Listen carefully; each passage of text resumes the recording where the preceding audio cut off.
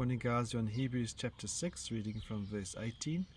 We're discussing the immutability of God. It's a characteristics of his unchangeable. He doesn't change ever. He stays the same yesterday, today and tomorrow. He's the same God.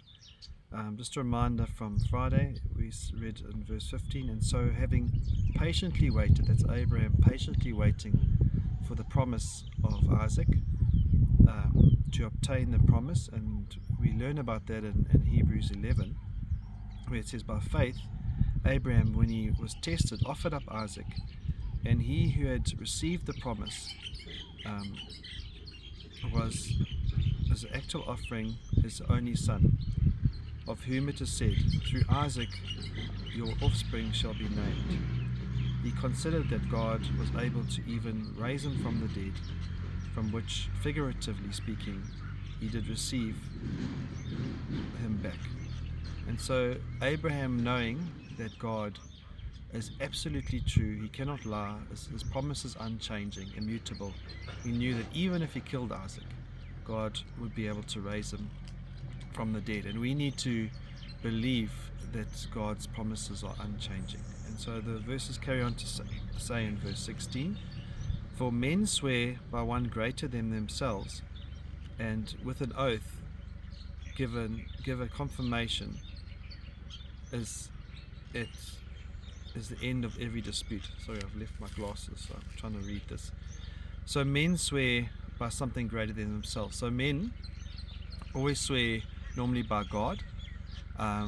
They make an oath, so that's like a promise to God, I'm going to do that. So that a promise from a man's word is not really good enough. So he's got to swear by something higher than him. So he says, I swear to God, or he puts his hand on the Bible and he says, I solemnly swear to tell the truth, the whole truth, and nothing but the truth, so help me God. And that will be an oath.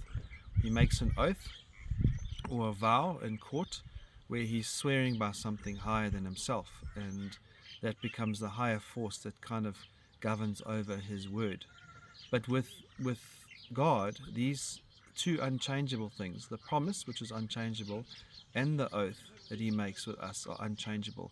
And the fact that he can never lie because he is God makes these promises completely sure. Whereas with man, even if he swears and makes an oath and a vow on a Bible, it doesn't necessarily mean he's going to keep that oath.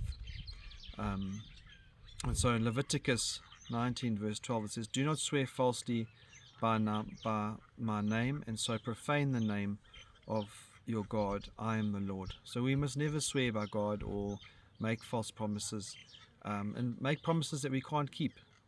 Rather let your yes be yes and your no be no. Only God is the one who can make these promises. And the point this morning is that when God says something, it is an absolute truth.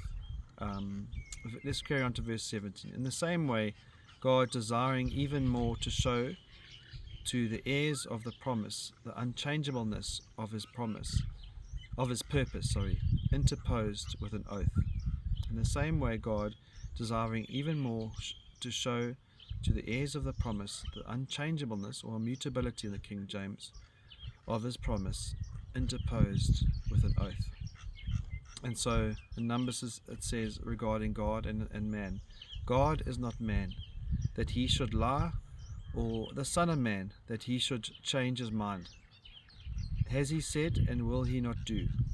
Or has he spoken, and will he not fulfill it? And the truth is of the matter is that God, what God says will come to pass, and we can have complete hope, complete trust in that. And so in verse 18, so that by two unchangeable things, and these two that we've spoken, the promise and the oath, in which it is impossible, not slightly, 99%, it's impossible for God to lie, we who have taken refuge would have strong encouragement to take hold of the hope that is set before us. And so we take hold of the hope with absolute confidence. And I just want to close with that hymn where it says, we have an anchor that keeps the soul steadfast and safe while the billows roll, fastened to the rock, that's Jesus, which cannot move, grounded, firm and deep in the Saviour's love. And that's the hope we have. Amen.